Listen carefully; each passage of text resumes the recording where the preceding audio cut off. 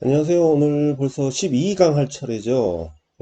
제가 좀 마이크를 바꿨는데 혹시나 소리가 좀 작으면 이 수강생분들 중에서 카페에다 거기다 댓글로 좀 달아주세요. 이 소리가 마이크를 지금 두 번째 바꿨는데 음, 소리가 좀 기존에 이 강의 녹음식 요 노트북에 좋은 마이크가 있긴 한데 이게 소리가 크게 들리긴 하지만 약간 끊기거나 약간 이렇게 톤이 약간 굵게 나와가지고 그래서 요 마이크는 음, 소리가 좀 작다 그러면 그냥 원래 이 노트북 자체에 있는 걸로 하고 좀 소리가 좀 이렇게 귀에 쏙쏙 들어야 되니까 부담 없이 그래서 마이크를 좀 여러 두 번 정도 이제 바꿨는데 환불하고 막 이랬거든요. 근데 이것도 좀 가까이 들으면 소리가 좀 크긴 한데 한번 들어보시고 이상하면 좀 댓글로 전에 마이크가 나요 뭐 그렇게 지금이 나요 이렇게 좀 해줬으면 좋겠어요. 12강입니다. 오늘 좀 이렇게 하고, 음. 전 시간에 고정기를 했단 말이죠. 고정기를 했었어요. 고정기를 했는데 거기에 이제 그리스 미술이 나오고, 막 그렇단 말이야. 이제 그리스 미술 나오면서 막 얘기하는데 그 뒤로 가면 뭐 이제 또 다른 내용이니까 연결을 해줘야겠죠. 그래서 고정기에서 고정기까지 했습니다. 그래서 고정기 말고, 어, 이제 고정기 말고 이제 그리스 미술로 진행을 하는데 좀 건너 66페이지가 되겠네요. 66페이지 그리스 미술부터 좀 볼게요. 근데 하나하나 보기가 조금 시간이 좀 걸립니다. 우선은 특징 나와 있는데 그리스는 다 아실 거예요. 그래서 이 사전에서 주로 이제 어떤 내용을 좀 다루고 있는지에서 좀 포인트를 잡고 그거를 여러분들이 가져가셔야 될 거예요. 근데 저는 좀 작아져야겠죠. 너무 클 필요가 없죠. 예. 그래서 보시면은, 음, 여기서부터 보시면 그리스는 유럽과 근동, 아프리카 문명의 교차점에 위치하고 있고요. 청동시대로부터 타 문화권의 영향을 받아들여서 어, 이를 소화하고 다른 지역으로 전파하는 역할을 했대요. 특히 이집트와 동방의 문화를 흡수를 하면서 소규모의 도기 회화와 공예, 품, 그리고 벽돌과 목조 건축에 출발을 해서 점차 대규모 석조 건축 뭐 이런 걸로 바뀌게 됐다.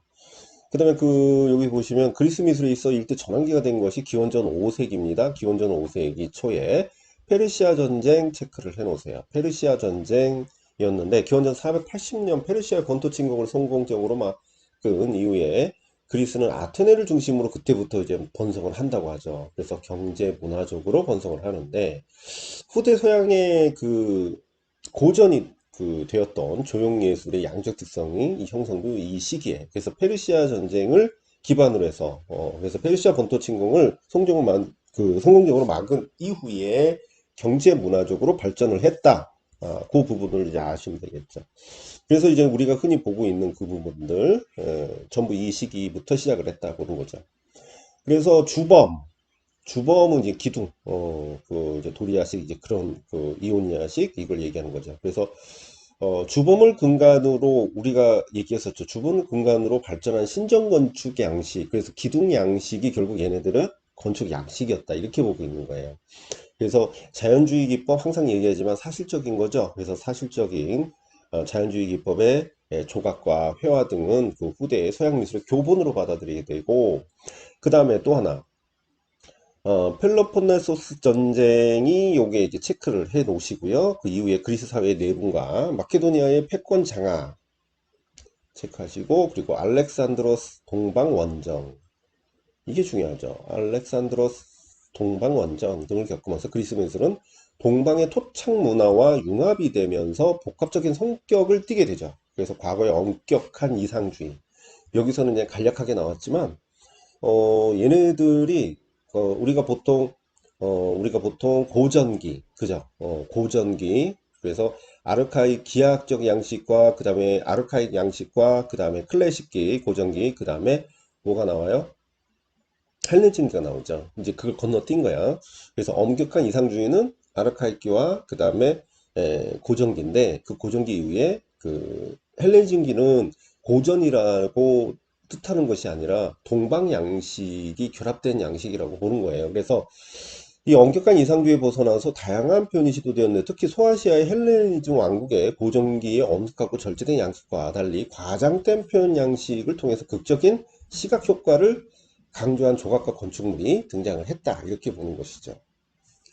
자, 그래서 여기 중간부터 보시면 시기별 변천이 나와 있어요. 이거 뭐 특별한 내용은 없는데 암흑기, 암흑기, 여기서는 암흑기라고 얘기하죠. 이제 고대 그리스의 역사에서 기원전 1100년경부터 750년까지 흔히 암흑기라고 부른대요. 그래서 이게 미케네 문명의 종말 이후 그리스 사회가 정치적, 경제적, 문화적으로 침체에 빠져들었다고 보는 입장에 기인을 하는데, 그래서 이때 문화적으로 굉장히 안 좋은 거지, 경제적으로. 그래서 기원전 12세기의 그리스 문명은 천동시대의 철기시대로 돌입해요. 그래서 기원전 12세기의 문명은 천동시대에서 철기시대로 돌입하면서 새로운 이주민들에 의해서 미케나의 문명은 막을 내리게 되죠. 그래서 이와 같은 강력한 군주의 구심점으로 한 중앙 집권 사회가 체계가 무너지고 석조와 건축, 금속, 세공술 등에서 퇴보가 일어나죠. 그리고 그리스 내부적으로 인구 감소와 경제적 빈곤이 일어나고 외부적으로 이집트 근동, 서부 세계와 교류가 거의 명맥이 끊어지면서 고종기 이후의 그리스 역사가들의 저술에서도 이 시기는 공백으로 남아 있대요. 그래서 암흑기라는 이유죠. 그래서 이 시기의 미술품 중에 남아 있는 건 우리가 이제 그 하는 건 이거죠. 그래서 건축물이나 대규모 조형물들이 없기 때문에 도기 밖에 없죠. 그래서 도기에 의존해서 당시의 생활상과 경향을 유추를 할 수 있다. 그래서 도기 회화에서는 기하학적 문양이 형성 발전되었던 원기하 기하 원기하학기와 그 다음에 기하학기에 해당되는데 원기하학기와 기하학기에 해당된다는 것, 그 안에서도 구분되는데 우리는 크게 구분할 필요는 없어요. 그래서 사실은 우리가 이제 기하학식이라고 얘기를 해요, 보통. 암흑기라고 여기서는 얘기합니다. 또 암흑기라고 얘기하는 것은 우리가 보통 이제 요 도판을 주로 보고서 얘기를 하죠. 요 도판을 보시고 여기 보시면은 이게 이제는 부장용품이긴 한데 실제적으로는 굉장히 우리가 이제 보통 일반 도자기의 형식 나중에 보겠지만 그런 도자기보다 굉장히 기하학적 특성을 갖고 있어요. 그죠? 그래서 음, 이런 사람의 형태라든가 뭐 이런 사람의 형태들이 이런 식으로 기하학적으로 구분이 돼 있죠.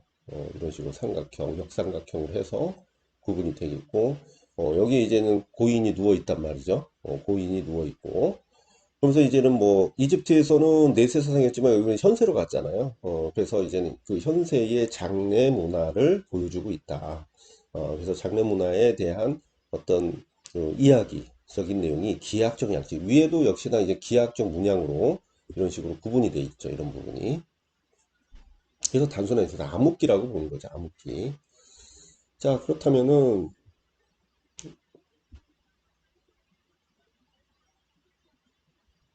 자, 이 도자기도 바꿔요. 이렇게 그림 딱딱 띄우니까 좋죠. 근데 생각보다 시간이 오래 걸립니다. 이거 원래 도자기, 그러니까 교재로 하게 되면은 이게 교재 이제 도자기가 있고, 근데 이제 여러분들이 임용을 그냥 한 1년 정도 했다면 굳이 이걸 보여줄 필요는 없어요. 아니까.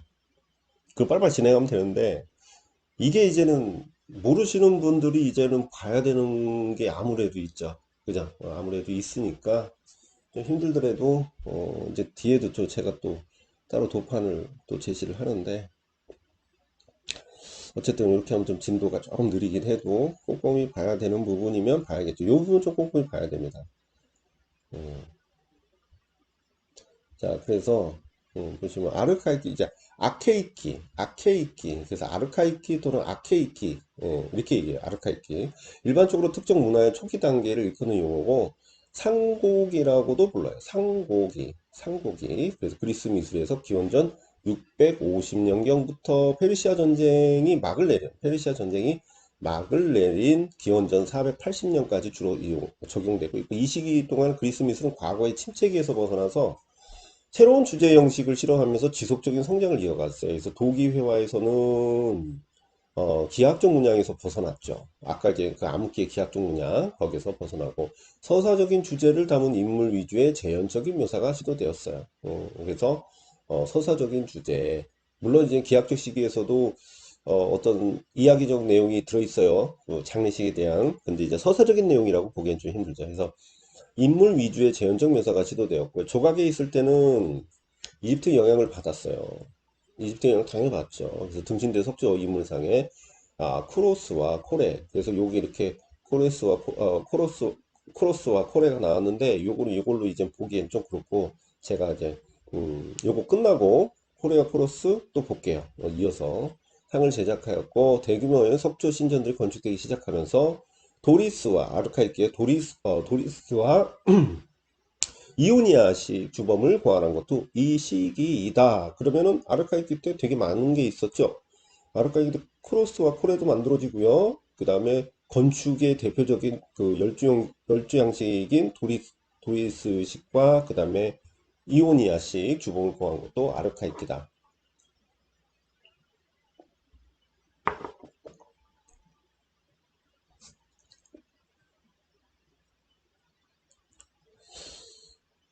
잠깐 오늘이 11일 12시 넘었으니까 어제 제가 아침에 올해 작년에 인강으로만 했으니까 누가 붙었는지도 모르고 하는데 그래도 연락 주신 분들이 있어요. 근데 초수분들이 좀 있어요. 많아. 신기하더라고. 초수분들이 너무 기분이 좋아가지고 근데 이제 뭐 그분 중에 좀 이게 첨삭도 자주 받고 했던 분들 그분들을 하고 좀 보고 얼굴을 한 번도 본 적이 없어가지고 한번 보기로 했어요. 그래서 야 저는 이제 다른 이제 뭐 좀 수업을 듣다가 뭐 좀 안 맞거나 뭐 해가지고 오시는 분들이 많았고 초수생분들은 그 제가 한지는 오래됐어도 이게 광고나 이런 게 좀 미흡해가지고 잘 모르고 안 오시는 경우가 많아요. 그런데 작년에 좀 어떻게 초수분들이 오셔가지고 좋은 결과를 얻고 갔어요. 그래서 아주 기분이 좋았습니다. 그래서 합격하신 분들은 제가 선물을 또 어, 드리거든요. 뭐 이게 막 큰 건 아닌데 학교에 꼭 필요한 것들 그래서 그분들 오시면 주려고 자 그래서 이혼의 주범을 고안한 것도 이 시기다. 그래서 아르카이키도 되게 이런 게 이제 하나로 묶어 놓으셔야겠죠. 그 다음에 기원전 7세기에 들면서 그리스 사회는 내외적으로 그 번영을 누렸고요. 교역이 또 활발해지면서 생활 수준이 높아졌어요. 이에 부응해가지고 문화예술 분야에서도 많은 발전이 있었대요. 그래서 근동의 이집트 등 세련된 외국 문명과의 적극적 교류는 그리스 미술에 많은 자극이 되면서 조각과 도기화에도 동방 문화의 영향이 컸다. 그래서 이를 동방화 양식이라고 불러요. 동방화 양식. 그래서 이게 동방화 양식이 이제 아르카이키식에 같이 이제 묶여 있긴 한데 이제 따로 이제 아르카이키 동방화 양식 뭐 이런 식으로 구분을 하죠. 근데 기본 이런 시간에 하긴 하는데 어쨌든 동방화 양식 같은 경우는 우리가 이제 보통 이제 다른 나라와 이제 교류를 하면서 그 이집트의 기존의 어떤 그 동방 양식의 어떤 특성들과 결합하면서 새롭게 등장한 양식이라고 보시면 돼요. 그 다음에 쭉 내려와서 여기서 다섯 여섯 번째 보시면 아케이키 동안 그리스 도시 국가들은 경쟁적으로 공공건축물과 그다음에 조형물의 건립에 나섰고 그 결과 신정건축 양식의 기본적인 틀이 완성됐대요. 그래서 조각 분야에서도 소위 크로스상이라고 불리는 청년상과 코레가 또 나오죠. 그래서 불리는 여성상이 등장했는데 일반적으로 크로스상은 나체로 표현되고 코레상은 키톤과 그 키톤과 페플로스를 입은 모습으로 표현된다. 그래서 오른쪽으로 가시면 이들은 시간이 갈수록 초기 경직되고 도식화된 모습으로부터 벗어나서 점차 사실적인 인체 구조, 그래서 사실적인 인체 구조와 자세, 표정을 지닌 모습으로 변화되는데 이러한 자연주의적 성향, 그러니까 사실적인 모습은 여기서 자연주의적 성향이라고 하죠. 자연주의 성향이라죠. 이후 고전기로 이어지게 되는데 여기서 빠진 게 뭐냐면 사실적인 인체 구조와 자세, 표정 이렇게라고 나왔는데 보통 아직까지는 되게 경직돼 있어요. 그래서 사실적인 탐구에 의해서 나타난 거거든요. 표정은 아르카익 스마일이라고 하는 것이 등장을 합니다. 그래서 여기다가는 아르카익 스마일이라고 적어 놓으셔야 돼요.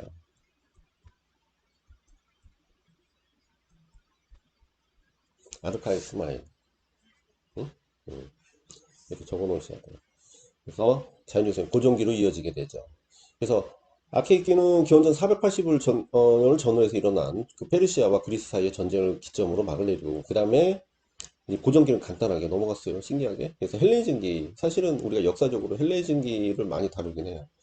그래서 요거 체크하시고 알렉산드로스의 죽음 이후에 그리스가 로마의 속주 동방을 이제는 우리가 이제 점령을 하면서 헬레니즘기에 그런 영향을 많이 받았다는 얘기입니다. 그래서 그리스가 로마의 속주로 편입되기 전까지 기간을 말하고요. 헬레니즘기의 동안 그리스 문화의 본토와 에게의 연안의 지역에 넘어 동방 세계로 널리 전파됩니다.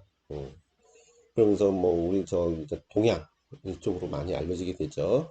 그리고 헬레니즘 미술 양식은 지역의 유파에 따라 다양한 특징을 보이는데 이는 정치적 배경과 밀접한 관계가 있대요. 알렉산드로스의 동방 원정 아까 얘기했죠. 원정을 계기로 해서 소아시아와 이집트, 이라크 넘어 지역까지 그리스 군주가 통치하는 왕국들이 세워졌고 이들은 토착 문화와 결합되면서 새로운 성격의 그리스 미술을 만들어내기도 했어요. 또한 이런 후원가, 개인 후원가의 역할이 중요해지면서 이들의 취향을 반영한 다양한 그 미술이 제작되면서 극단적 감정의 표현과 초월적인 분위기 그리고 특이한 개성에 대한 사실주의와 고전주의, 이상주의 등이 혼재되면서 표현이 됐다. 뭐 이런 게 키워드가 되겠죠. 그죠? 자, 그러면서 그리스 건축으로 가요. 그리스 건축. 그리스 건축은 지금 18분 했으니까 이어서 그리스 건축 이어서 할게요. 그리스 건축 시간이 너무 길면은 좀 힘드니까 그리스 건축 잠깐 끊었다가 12회, 13회로 해서 이어서 하겠습니다. 요거 잠깐 끊었다가 이따 또 이어서 보세요.